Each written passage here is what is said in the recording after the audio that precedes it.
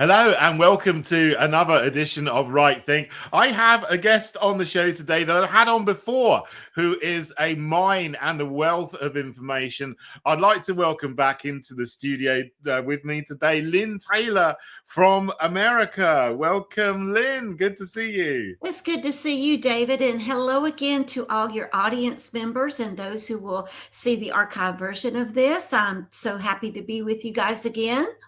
Thank you. It's really good to have you back. And you've been researching all kinds of very, very important things. And I think today we're going to delve into the possibility of plans for a global government, which I know people are very worried about. And, Right. you know, from my point of view, there's all these organizations we've heard of: the World Economic Forum, the Club of Rome, the Tavistock Institute, Chatham House, the Council of Foreign Relations. It goes on and on and on. Right.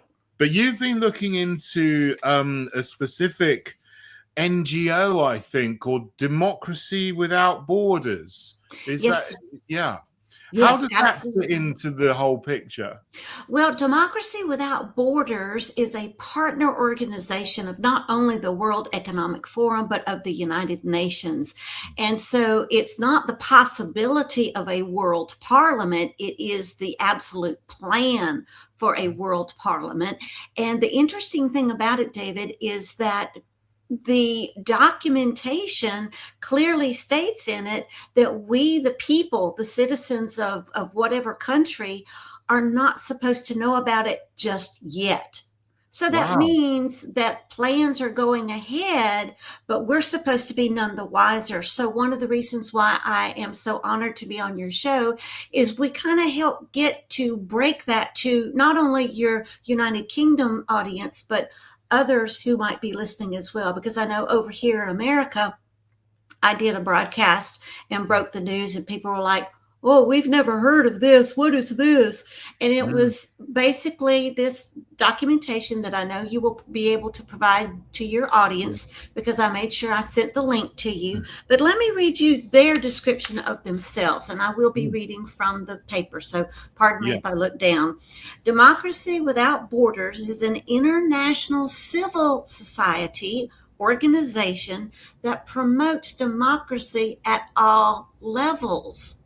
It works to improve and transform the United Nations and global institutions to make them more just, democratic, accountable, inclusive, and effective in addressing global challenges as it pursues a key goal for the United Nations Parliamentary Assembly as a step towards a democratic world parliament, stated January 2026.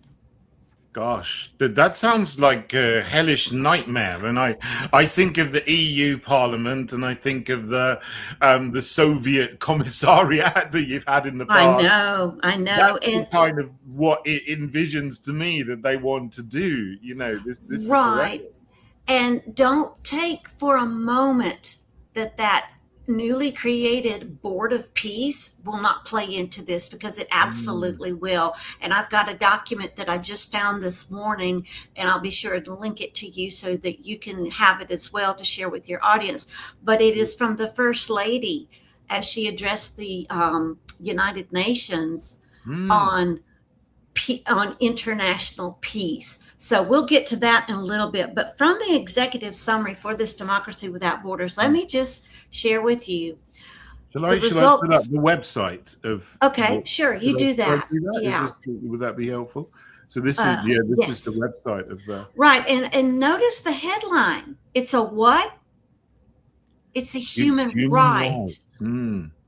Is that not just the biggest load of poppycock? Yeah, isn't it? Yeah, right. It absolutely is. But it tells you strives toward a world community. Oh, no agenda there, huh? Yeah, I think our human rights should derive from our nations. I mean, this is a big plan to take away our human rights, our sovereignty, and national sovereignty, and individual sovereignty. Absolutely. And, you know, here's the thing. It's not just people my age or your age. It's our young people who need to understand this. But this is the irony of the report that this Democracy Without Borders has pulled together. And here is from the executive summary for the report. It presents results of the largest global survey to date on public attitudes towards the creation of a citizen-elected world parliament to handle global issues, covering 101 countries that represent 90% of the world population. The survey finds that 40% of the respondents globally support, whereas a measly 27% are opposed. Now, what's interesting, David, is that, first of all, if it's the largest global survey to date, why were we not contacted? Did you ever have an invitation via regular mail or email that said, hey, David, what are your thoughts on this? I sure didn't get one. But this no one asked me to do any polls at all. I've never, ever been asked to take part in any opinion poll in my life. So certainly not this one. Right. That's the point. They used a very select group of people and then tagged it as the world's largest. You have to watch when these skewed data sets come out. You really do. Yeah. Now, what's really interesting that I found for not only America, but for the United Kingdom was basically the less educated you are and the more youthful you are, the more supportive you are. Contrast that with, well, the more educated you are and the older you are, you're going to go, not on my watch. Now, what do you suppose that is? The one uniting factor is education. Indeed. So, yeah, this makes sense, doesn't it? People who are educated, who know what's going on, who've maybe a little bit awake or a little bit aware, they know that this is not a good thing. This is just another inversion, isn't it? Because they tell you, they use all of this nice language. Oh, it's going to enhance democracy when you know it's going to take it away. Right. The warm, fuzzy language, because they know if they tickle your ear, you're going to go, oh, well, this is a very fine thing to support. Well, not necessarily. I cannot remember the exact page number of the documentation for this particular report, David, but I can tell you that on page 5, it will tell you that that Europe has the lowest support for a world parliament. Okay. On the top of page 6, it will say, though, wait a minute. Some of Europe is in the top 3. It's going to show you on pages 11 and 16 a graphic.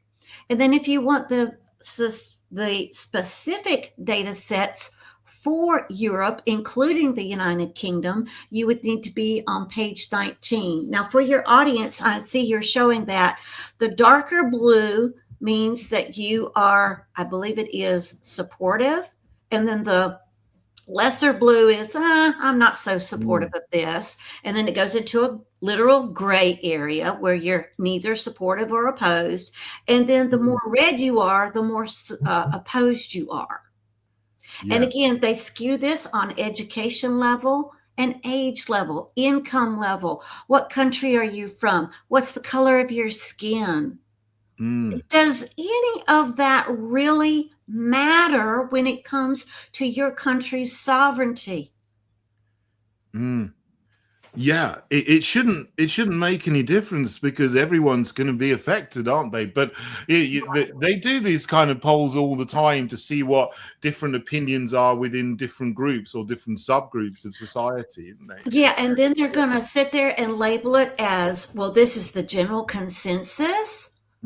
Oh, I'm so sorry. That is the biggest crock of you know what. No, it is not the biggest consensus, but they're going to couch the language to make it appear that way so that you will buy into it. Oh, well, if my neighbor thinks this is good, then I need to get on board. Not necessarily, because not every law is made to be obeyed.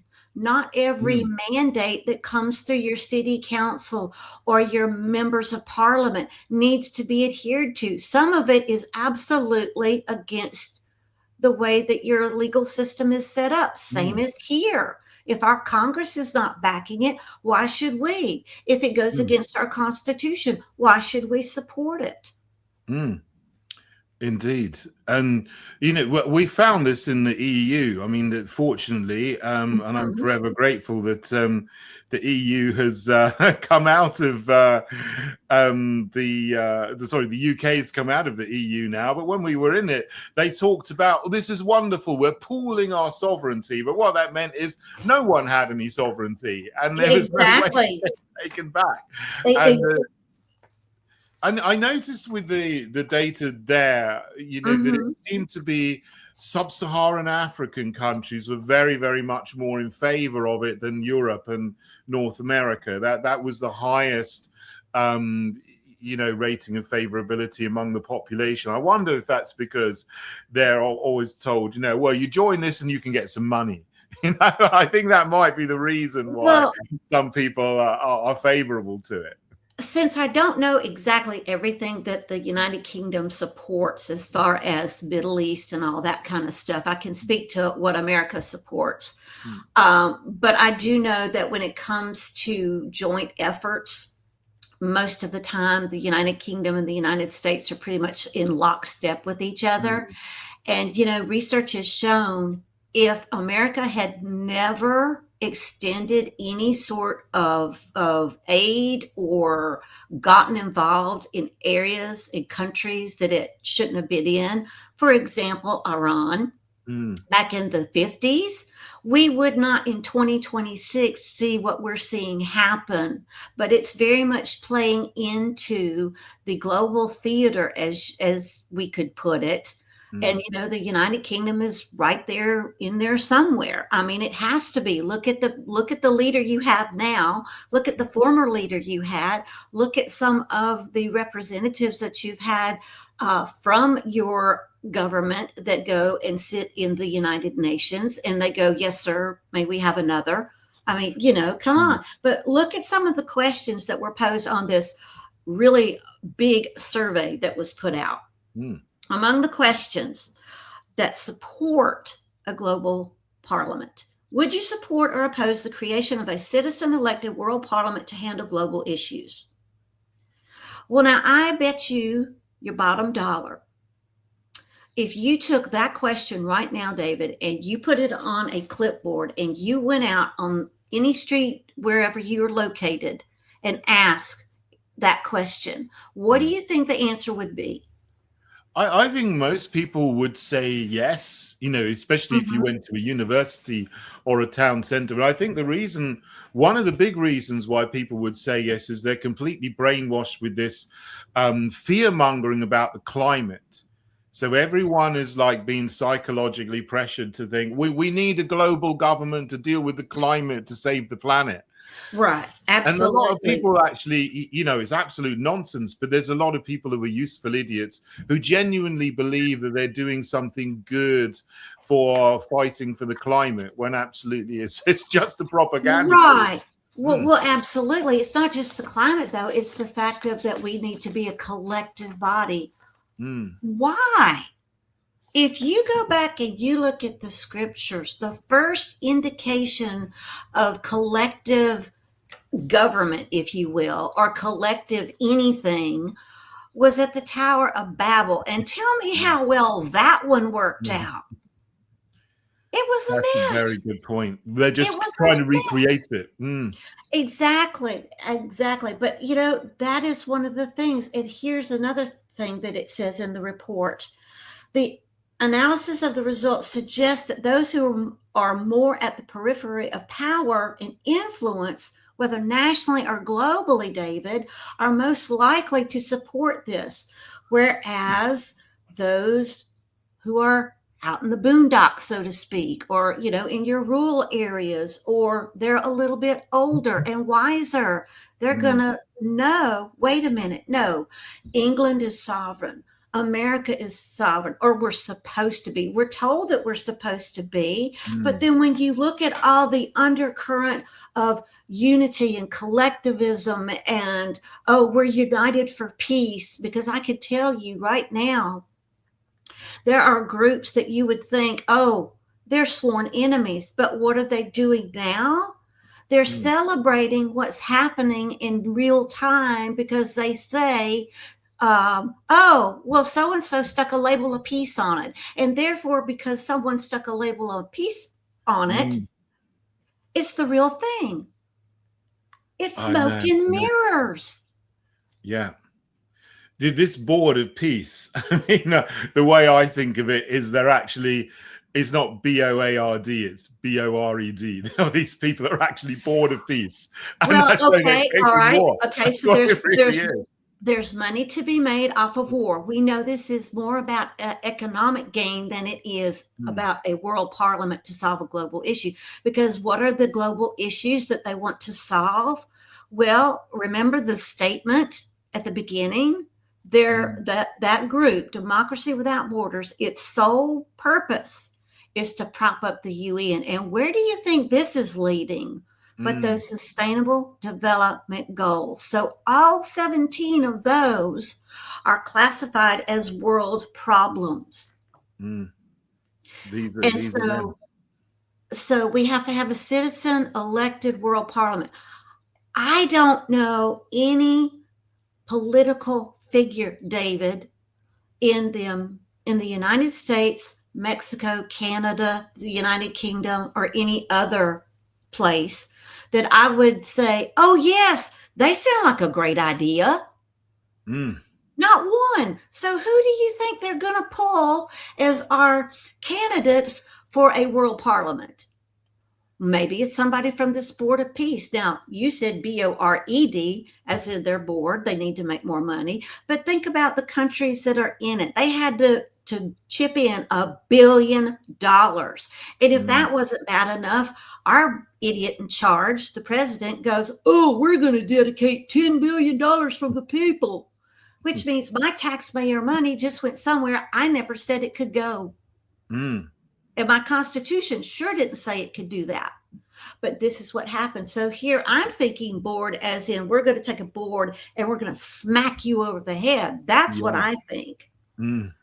That too, definitely. Because this money is just going to go into the pockets of the oligarchs, the Western oligarchs, the global oligarchs, isn't it? Some of the groups that you named at the beginning, the Club of Rome, the Tavistock Institute, the what else was it that you Council mentioned? of Foreign Relations. Oh, absolutely. The World Trilateral Economic Forum, the World Health Organization. Yes, because after all those idiots are in bed with the United Nations for the Sustainable Development Goals as well.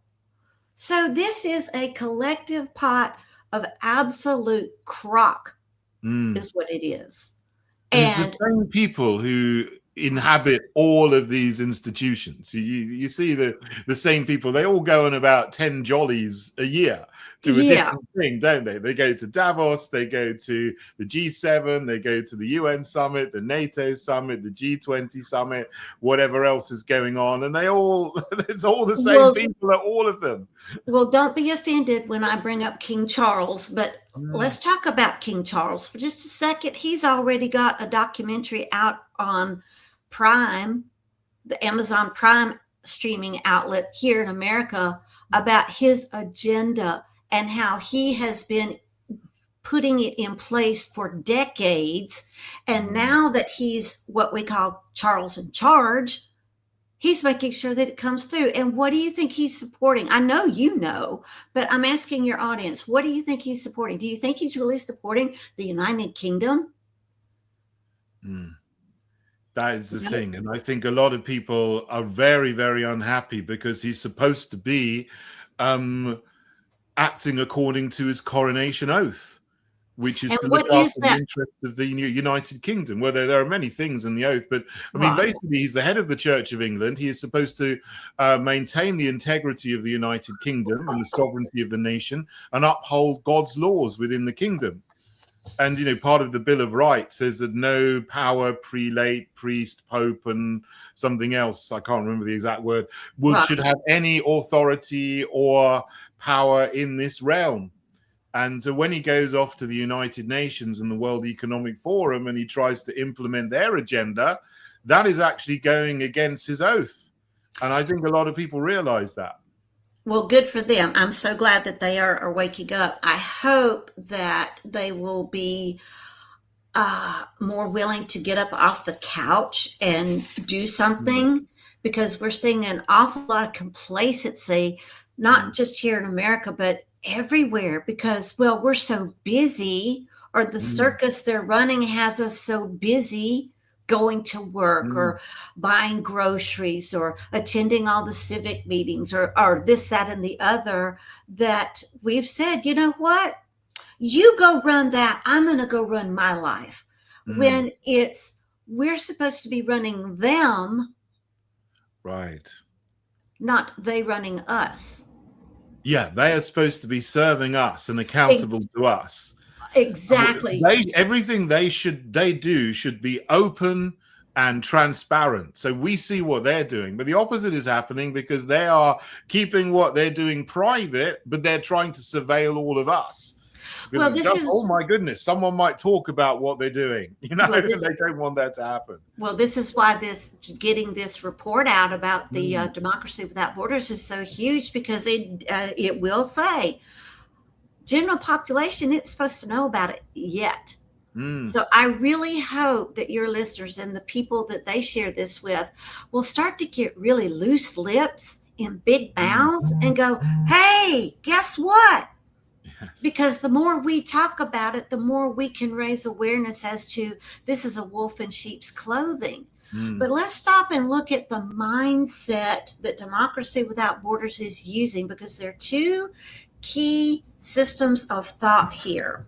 One of them is called, hang on just a second, I have to get to my notes. They are using what's called the theory of change to affect global democracy, global governance, and then whatever your last one was. I think it was global citizenship, which we have the Global Citizen Pledge, if you want to show that to the audience, because that is a train wreck in and of itself. But this has been out over a decade, but it's basically saying that you're pledging yourself not to the United Kingdom, not to America, or whatever country you're listening from, but to a collective nothingness. And you're going to pledge yourself to support creation rather than the creator, which is a big problem. This is extraordinary. It's like you're pledging to reach the 17 global goals for sustainable development, climate change, and all of this. All the other stuff that goes in with it. Yes, the inequality, the zero poverty, which we know that's a big bunch of hogwash right there. Everybody's supposed to be poor. What was it Klaus said? You'll own nothing and be happy. Absolutely. But this tells you that you're willing to put yourself under a global governance. This is all tied back to like I said, the psychological warfare that Democracy Without Borders and others use. And it's called oh goodness, I just had it. It was the theory of change. Now, theory of change has been in practice in education for decades. And basically what the theory of change is, yes, there's a lot of mumbo jumbo that goes into explain it. But for the rest of us who need just plain English, it's a way to, okay, we want you to think oranges. So we're going to start over here with how to get you from where you are over here to oranges. So you may be over here on apples, but we're going to somehow take you from apples and change your mind slowly so you never feel it into the belief that oranges are better. So that's just a very basic example. But think about, this has been done not just in America, but everywhere in education, because how do we get a culture to change? We affect the thoughts. We point them to what we want to think, not what necessarily is true and real. That's it. You know, you have these movements. It's like the frog in the pot of water that slowly gets boiled, Oh and it yeah, he doesn't never realize knows it. it's He getting never boiled. knows. And then suddenly he's dead. He's like, well, what happened? Well, Mm, idiot, you didn't get out of the pot. Now, this also ties to another 1950s model that's used more in business, and that's the Fitzpatrick model. And that, mm, again, is from the 50s. And it's basically saying we're going to put you, a human being, in this funneled system so that you can go from education to work. It's called a pipeline. right. And I have seen images, especially for things that butt up to the Sustainable Development Goals, where people are pictured as sludge going through a pipeline. Now, I cannot Right. think of anything more degrading to our children and to our future generations than describing them as sludge that goes through a pipe. Mm. That's I mean, horrible. that's It's inhuman. Do that. exactly. But why do you think the Organization for Economic Cooperation and Development coined the term human capital? Because we're worth Mm. more on a measurable scale to be bought, sold, and traded than we are valued as a wonderful, fearful, created work of the Lord. Mm. It reminds me of that video, that old music video of Pink Floyd's "Another Brick in the Wall." I mean, that's exactly what the visuals of what they were doing to human beings. They were just put through a Absolutely. mincer, Yeah, and the and meat that was grinder. it. And you come Yeah, out as sludge. You know, that's what they think of people. Isn't yeah, that absolutely horrendous? And it we're made is. in the image of God to glorify God, And and if they want people to just dehumanize us like Oh, this. well, absolutely. Because if we can dehumanize you, then we're not going to feel so bad when we put the screws to you Mm, through this world parliament or through the sustainable development goals or any of the other mm. stuff that's connected to it.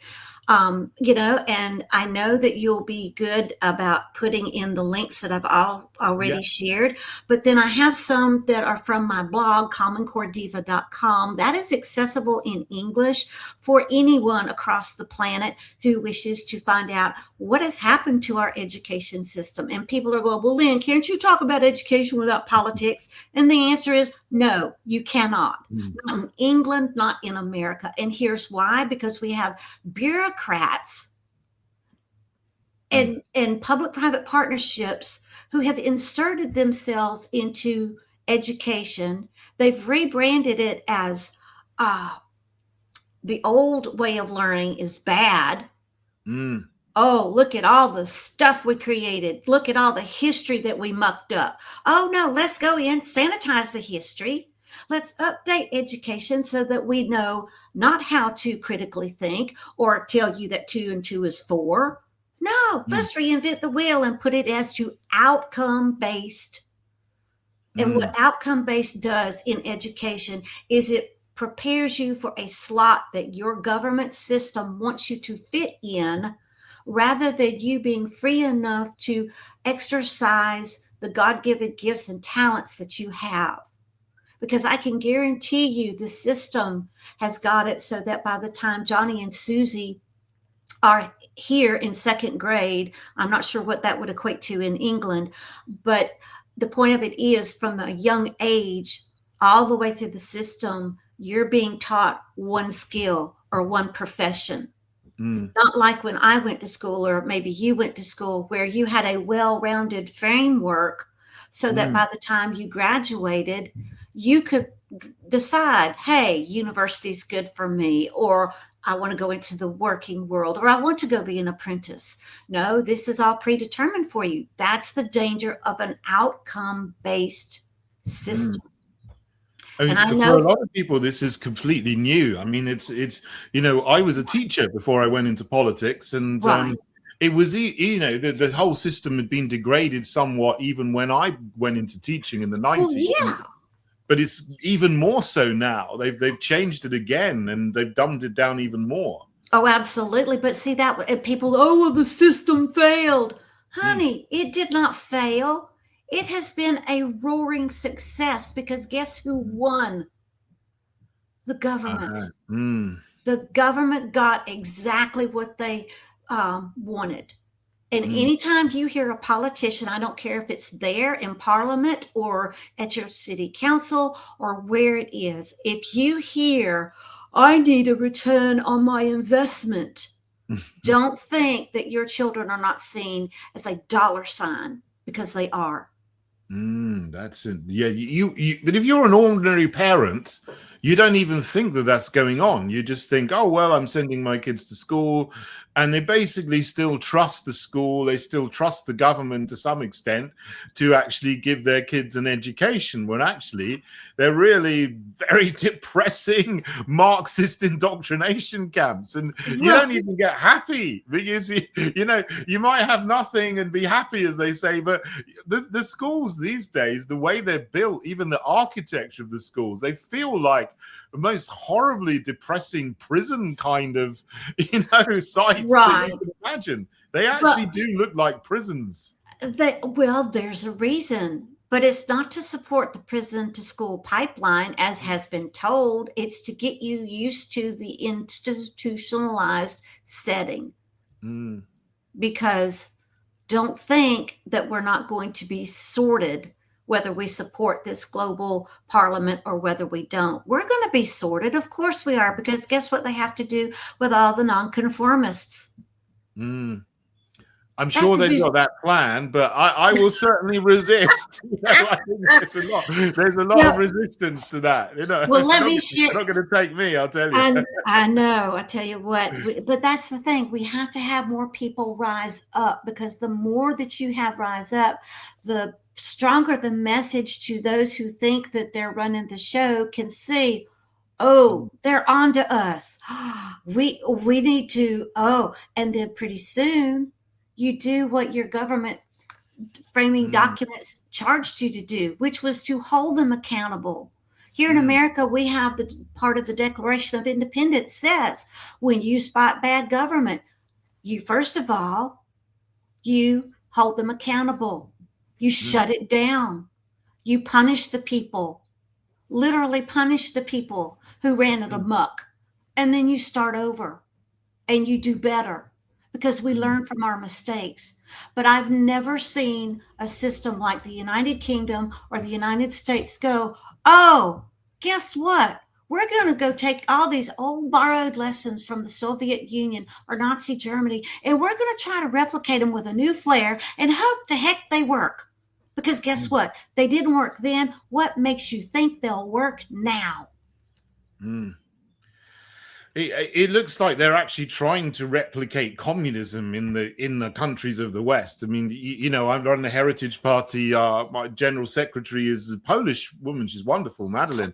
But she actually grew up in the communist system, and she says this is what they're trying to replicate now in this country. And she can see it because she comes from Poland. But a lot of people in England just simply still can't see it yet. They know that there's something going wrong. They know that there's a general sense of unease, but they don't realize that actually it is communism they're trying to implement here. Well, and with the total control, as well as the universal basic income. Everyone will be poor.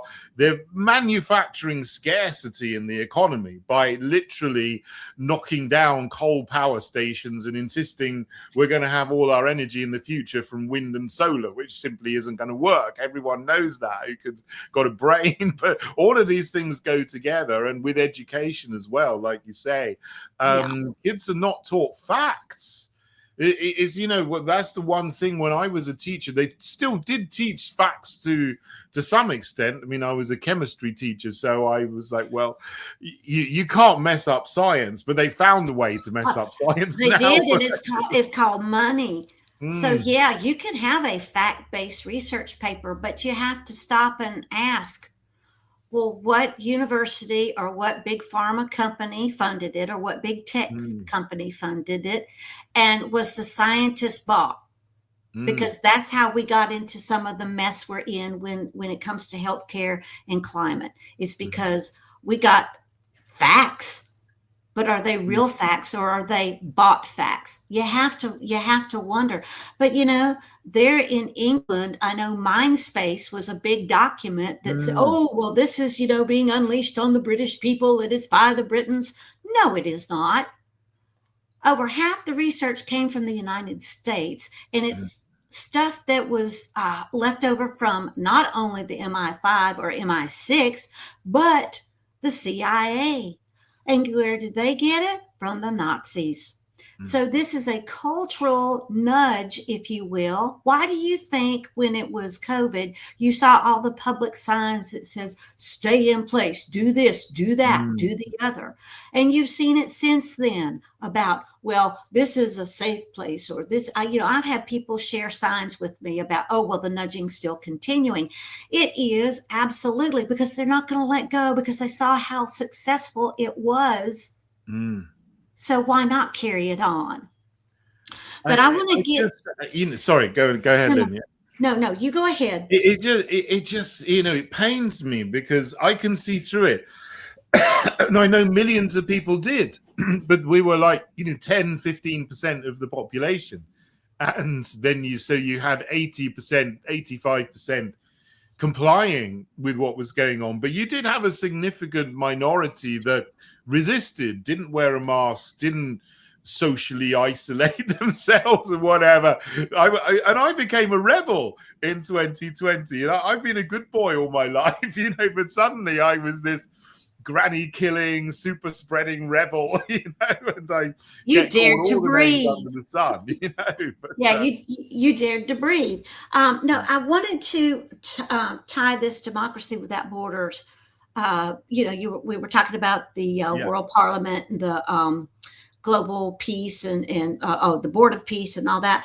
Well, just yesterday, our First Lady did that. Incredible. She addressed the UN Security Council. I saw a quick video of that, and I just thought, I got the speech. An absolute clown show, really. Yeah, I got the speech, and here's I'm going to read you just a few excerpts, okay? Mrs. Trump's message of tolerance is rooted in the concept of democratizing knowledge for everyone. In this new age of imagination, where artificial intelligence provides the global community with the access to learn about each other's cultural norms, including but not limited to customs, race, and religious beliefs. Well, now, what are you going to do with all those people who are going, well, Lynne, you're not whatever ethnic group, so you really shouldn't be wearing their costumes or their clothes or celebrating their special days? Because you have a huge population who will say, okay, all right, let's take, for example, St. Patrick's Day is coming up. Yes, I have some Irish in me. Do I look Irish? Yes, I do. But was I born in Ireland? No, I was born in America. But because I have Irish heritage, if I wanted to celebrate St. Patrick's Day, I could go do all the stuff that you do. But you have people who look like you, and I'm going to go celebrate St. Patrick's Day. There's going to be somebody, 9 times out of 10, a young person. David, you're not of that culture. Why are you doing this? You shouldn't be, but that's disrespectful. Do you see where I'm going? All right. It just bores me to death, these people who are like social justice warriors who say, you can't do this, you can't do that, Celebrate diversity, but you're not allowed to celebrate anyone else. That's right. We can be inclusive, but I'm sorry, you can't do that. Well, that's exclusive. Thank you. Anyway, we're going to go back to the speech. Yeah. Okay. In a historic move, the First Lady Melania Trump addressed the UN Security Council as the United States assumed its presidency. Now, here's a fun fact. Did you know that the UN rotates what country gets to be president over the Security Council? Because if you didn't, you now know that. The Security Council's presidency rotates among members each month. So beginning in March 2026, the United States gets its turn. Woohoo! The Security Council serves as the UN's principal organ responsible for, brace yourself, safeguarding international peace and security. And you want to wonder if that board of peace that was just created isn't connected? All right, let's go on. This marked the first time a sitting First Lady presided over the Security Council as its members contemplated technology, education, peace, and security. Okay, this part is from the press release. I am getting to her speech. Here she goes. The U.S. stands with all of the children throughout the world, and I hope soon peace will be yours. I'm not going to try to do her accent. Sorry. I'm doing good enough to do my own. Ambassador Waltz, I'm grateful for the distinguished honor to preside over the United Nations Security Council as the United States assumes its presidency. Thank you for your warm welcome, United Kingdom, France, Russian Federation, China, Greece, the Democratic Republic of Congo, Denmark, Panama, Libya, Somalia, Colombia, Pakistan, Bahrain, and Latvia. Collectively, your mission to maintain security while upholding the responsibility of preventing conflict during both times of war and peace is significant. Peace does not need to be fragile. These are her words. These are her words. Me. Where does one begin? I know. Here, where she's not done. Education is widely recognized as a fundamental human right. Let me stop the bus for just a moment. Education is a privilege. It is not a human right. What are human rights? Well, there lies the issue. What are human rights? Are we talking the inherent human rights that we were given by God Almighty? Or are we talking about the fundamental human rights that are assigned by our government? See, education falls in one of those, but it's not government assigned. It was over here in the inherent right. Why do you think there's those verses in the Old Testament about parents educate your children, pass down knowledge, gain wisdom? It wasn't the government. It was the parents. Let's move on. Imagine the loss of potential to our collective humanity. Our new medical breakthroughs, our advancements in food security, groundbreaking technologies has all gone. And this is because we don't have education or we don't have peace. Now, everything she just listed in that collective action is found where? Those sustainable development goals, because guess what? Really? One of them is even named food security. Okay, we must cultivate a just moral imagination for the next generation. Okay, Melania and all the other nations, how are you going to do that when you see what is being passed off as moral? Just common sense questions here. You know, it doesn't take a rocket scientist or a professor to figure these out. All right. One of the last things I want to bring out from her speech. The global community must facilitate complete access to technology so that every individual can reach their full potential through education. Right. Education through AI that's going to tell you what the government wants you to know. Okay. I imagine. Oh, no, I'm so glad you said that, because here we go. Is a single digital nation state, and that's hyphenated, nation state. Oh, guess who else does that?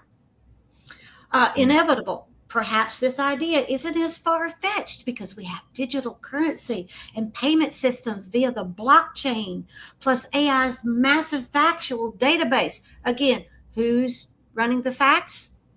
Are these real facts or are these skewed facts? I mean, if you look at the survey, it was run on data, but they skewed the data to come up with a false positive. All right. AI's massive factual database is already revolutionizing media and financial markets. None of that has to do with education. Do you know why the United Nations chose education as the chief change agent for culture? Because it reached the most number of people at the same time at all different levels. Why do you think education is such a kingpin for the World Economic Forum, for the World Health Organization, for the United Nations, for the World Bank, for the Club of Rome, for the Tavistock Institute, and any of these other Yahoo groups?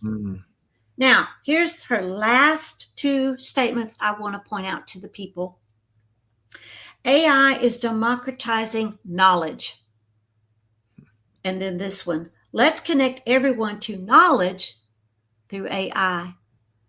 And if you want to see how scary AI taking over things and making them something they're not, there is a YouTube video from a recent meeting of the World Economic Forum, where you had this Jewish doctor, philosopher doctor, and he gave a speech on how AI was going to replace books because it can manipulate language. It was going to become religion because, after all, religion is just words. Well, okay, are we talking what the Bible says about religion? Because what does the Bible say about religion? Religion is a man-made construct. If you look at worship, which is in the Bible, that involves word, thought, and action. So you have to understand where they're going with this to tease out what they're saying as a possibility, or are they promising what's coming in the future? Because they're going to cloud it with, oh, well, it's possible we could have this, or it might rain meatballs if we want to, but in all probability it won't, because is that really possible? No. It's obviously, you know what their values are, if you like. They're not actually values at all, they're inverted values, but you know what their agenda is. You know that they're pushing wokery, they're pushing diversity, inclusion, climate nonsense, and and they're against any kind of formal religion, obviously Christianity, but they're even against Islam. But it has to go. It has to go. But so does Judaism. So does Islam. I mean, they all have to go because they're not homogenized enough. But, you'll sit here and like you just said, they want, diversity. Well, how diverse can you be when you're culling the pot? You can't have diversity if you're controlling and making everybody into one think, or one curriculum, or one religion, or one economy, or one anything. Well, it's a good point, because it's actually a fake diversity, isn't it? True diversity is different nations being different and doing different things in different parts of the world with different cultures. Well, they actually want everyone to have the same culture, this globo homo culture. Well, if you look at what the Bible says about diversity, it's all for it, because we're all different members of the body of Christ, but we're united through that one body.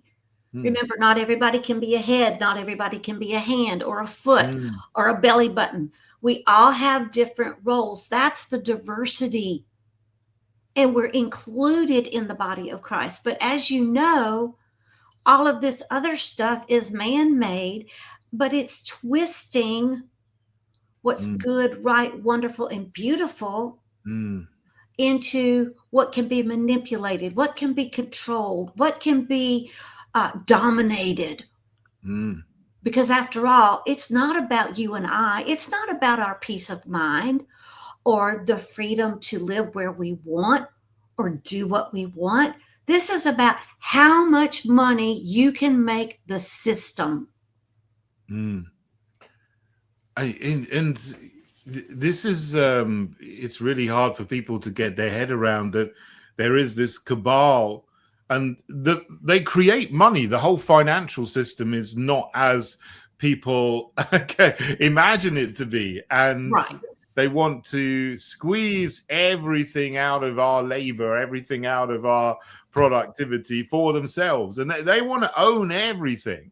That's like you say, the World Economic Forum's famous mantra: you will own nothing and be happy. So they want to take away ownership of our homes, so we rent. There's like now in London, there's blocks of flats being builded which are for rental only. It's like, build to rent. You can't own them.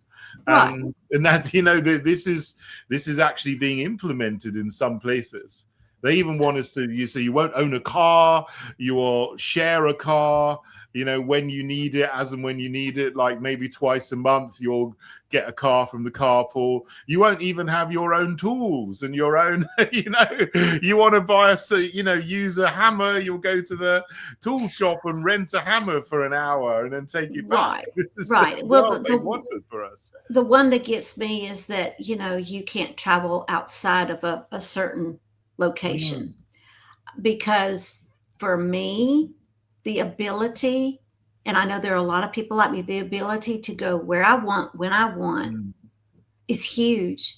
Yeah. And so if you take that away from people, you demoralize them terribly. Think about this. Think of your favorite vacation spot, if you have one. For me, it's going to be the beach. That's where I feel the most connected to God. I don't live anywhere near a beach. It's not within my 15-minute city, if we're going to go there. So I would never see it again. That fills me with great sadness, because how are you going to feel connected to what you really need to be connected to if you can't access it? Well, you're going to have to, do it internally. And that's not a bad thing, but we were given 5 senses for a reason. It was to taste, to touch, to hear, to smell, to feel. And if you neuter any of those senses from what our world was created, because we were supposed to be stewards of the world. Remember back in the Old Testament, God gave us everything, the animals to eat, the plants to eat, and he said there were a few restrictions. And it wasn't to say, well, I'm sorry, you're not good enough. No, it was because he knew it would protect us. But the point of it is, we were called then to be stewards. Well, this has taken stewardship and turned it on its head, spun it around backwards, and then labeled it as something else. It's tyranny, isn't it? Basically, it's totalitarian tyranny. So everyone will be oppressed and suppressed, and then then they want to keep everyone's knowledge down, so they don't have even the basic knowledge to understand that life can be something different, because they want to present to the youngest of children, oh, this is all that there is. Global government, wokery, and that's it. Right. Well, think about this: the number of children who have never written a hand written note to a loved one, or mailed it, or received one. I have stacks of letters from people in my family who are long gone, and my only connection to them now are those letters. My children have received what we call snail mail now. They've received it. They know what it's like. They will send some letters, but most of it's the text stuff. Okay. I get it. It's easier. Everybody's busy, but we need to stop being so busy to see what is going on, because if we can see what's going on, we stand a chance to put a foot in the door and to be that plucky bit of people who I know that your citizens can be. Just like over here, we got pluck. We wouldn't be where we were as nations if we didn't have people with gumption or pluck, or whatever it is you want to call it, tenacity. I don't want to use any of the system's words because they've bastardized them. It's a true, So, true, true. let's think in, okay, I'm from the southeast region of the United States. We have a lot of colloquialisms. So we want to be, oh my goodness, we want to be smart as a whip. Mm. We want to be as effective as we can be. We don't want to be that screen door on that submarine, because let's face it, if you put a submarine in the water with a screen door, are your people inside going to make it, or are they not? Yeah, that's a very good point. Yeah, indeed. We've got to stand up. We just got to stand up and fight. Yeah. And the first thing is being aware, and then understand what's going on. And you need to know what's happening so that you can fight against it. And this is what's so good about you, is that you're actually looking at the documentation, and you're actually looking and dissecting the plans and then presenting them so people can actually understand this group of people are doing this. They have this plan. They're not telling you, but this is what's coming down the line. And the trouble is, I think some people, there's no imminent threat, because they just, dinner will be on the table tonight and then I'll go and watch the football match. But things are coming down the line 2 or 3 years time, and we've got to take action now in order to stop it, because when it happens, it'll just overwhelm you unless you actually stop it when it's a small wave rather than a big wave that's right up next to you. Right. Well, here's the thing. If you wait till they knock on your door, you've waited way too late. I mean, this is what I tell people here in America, because we have what's called the Fourth Amendment. And that is that our government has to have a search warrant or probable cause to even enter our home. If they don't have either, sorry, dude, you're not getting in the door. You're just not.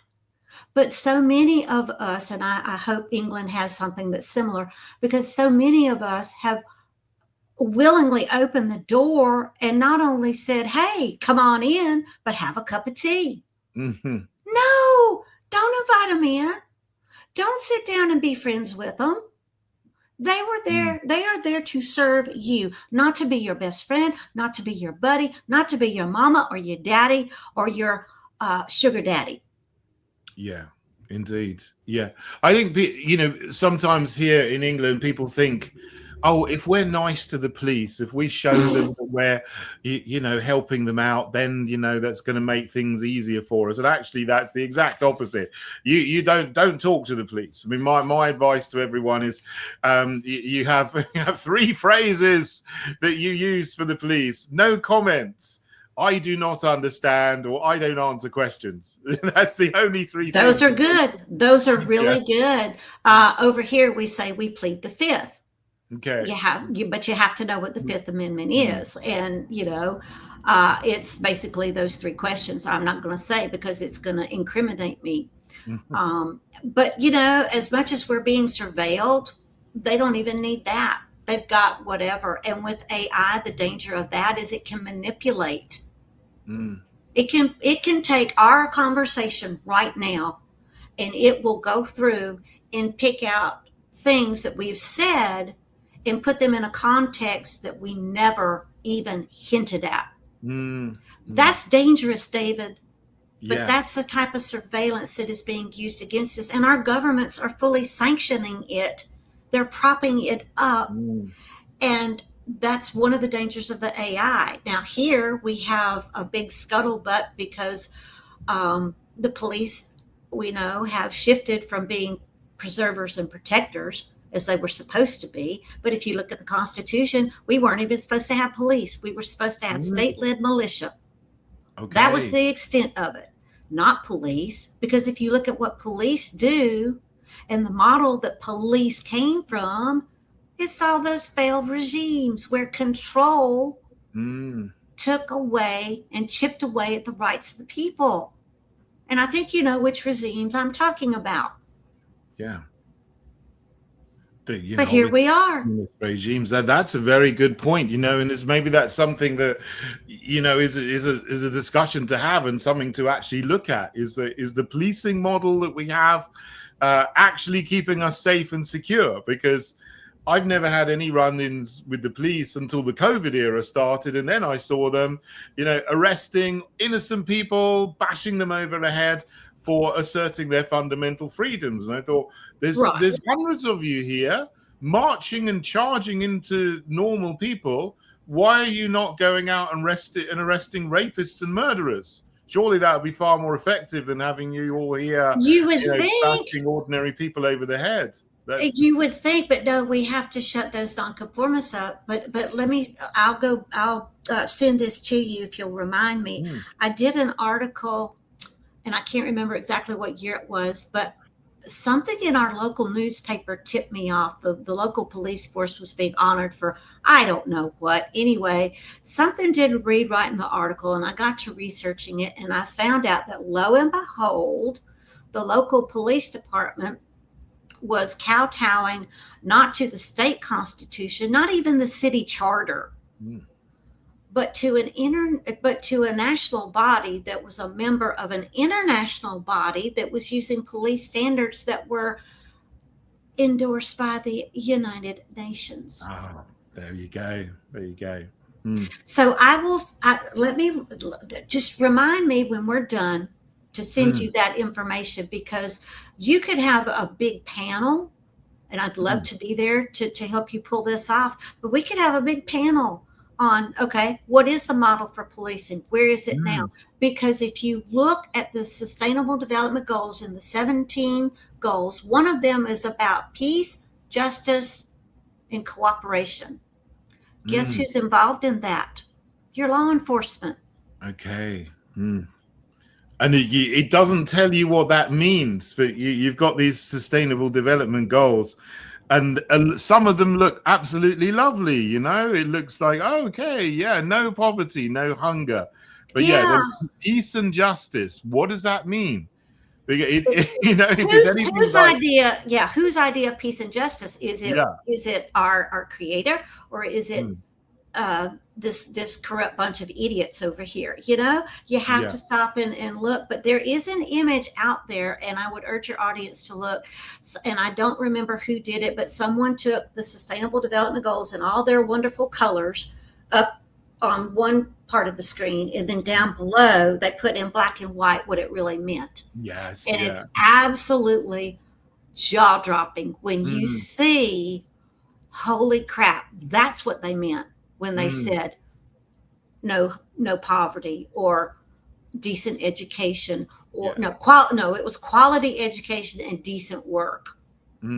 Yeah, right.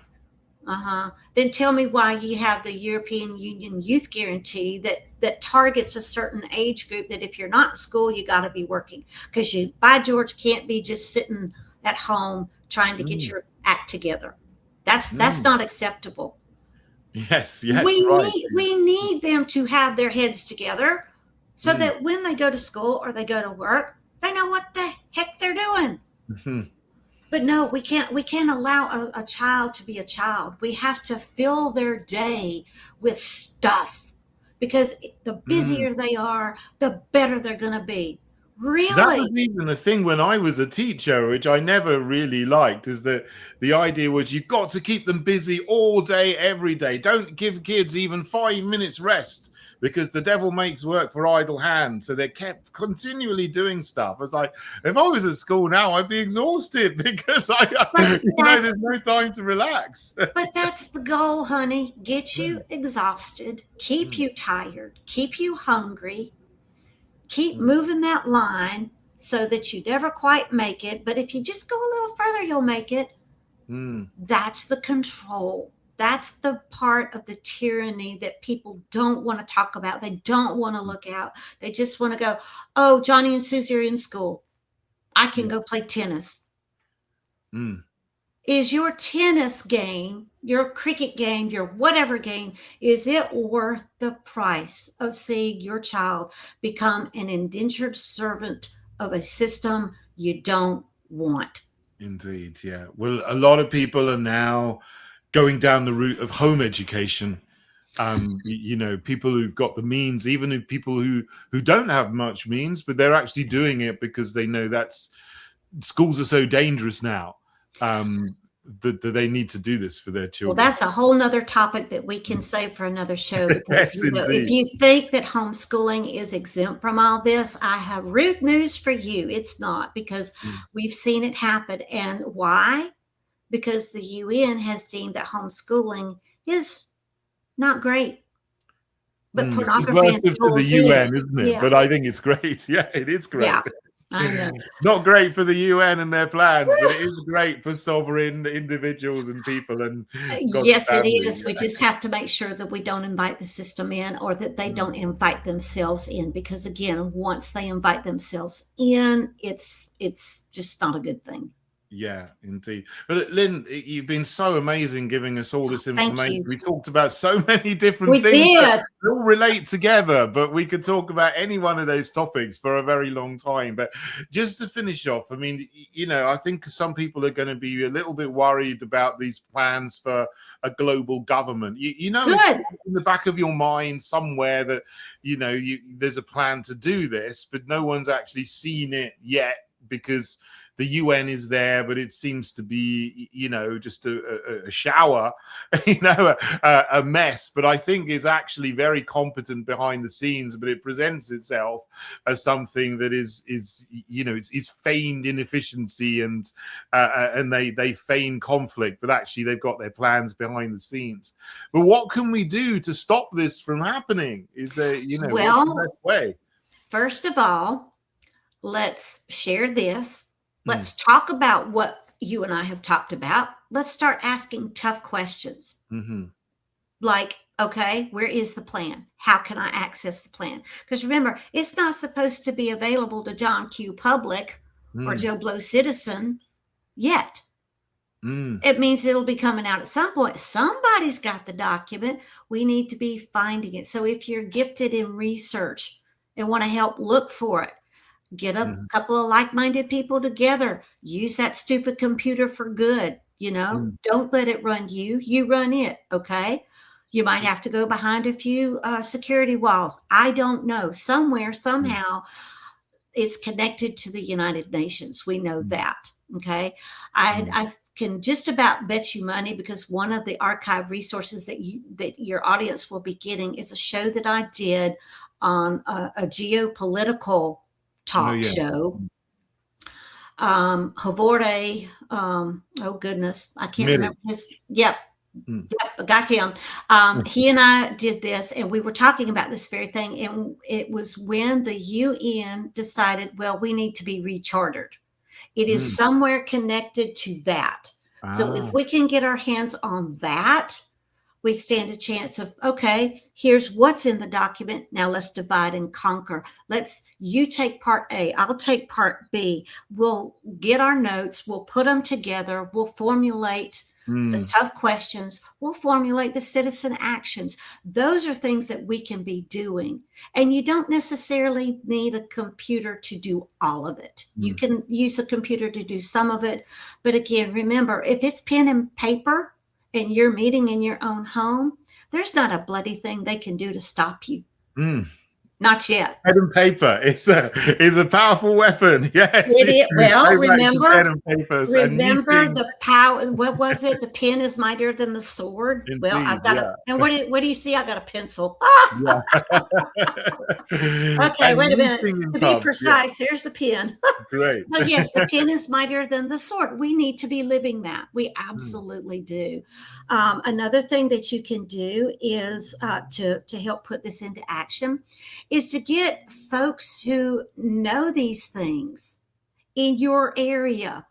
Okay, that might be cost prohibitive in person, but you've always got, again, you can use the internet for good. You know, if you get enough groups together, you can get someone in person. I mean, I know you've got people who you communicate with, David, who have been asking for years for me to come over, because we could have so many different conversations with so many different groups to help get them informed, because Lord knows the BBC is not doing it. No, well, the BBC is there to It's yeah. divert you off into a cul-de-sac. Yeah, Well, with I disinformation. understand, but you get my point. Mm, You have to switch off the mainstream media yeah. there, just like you do here. But it's going to be the grassroots efforts, the grassroots meetings, the grassroots Mm, um, gumption, mhm. the pull it up by Activism, your. yeah, I'm yeah, not sure what the British equivalent is, but if you know what I'm meaning, then you can put it in words that your people can understand, because yeah, I know that the language, we sometimes use the same words, but they don't necessarily mean the same thing. yeah. We got to be ballsy. Might There be you might go. say that. I think that's There you go. international. Yeah. Okay. Okay, they got that one. They got that one. But yes, if you wanna check out my blog, it's commoncorediva.com. I do have a donate page, so if you wish to financially bless any of the work that I do, because every show I go on, every resource that I share, I don't get paid for. This is out of a labor of love. And so, if you wish to financially bless anything, that's fine. If you can't, I understand. I'm not going to come to your house and beat you with a wet noodle. I just don't do that. But I do appreciate prayer support, because what I do is gutsy.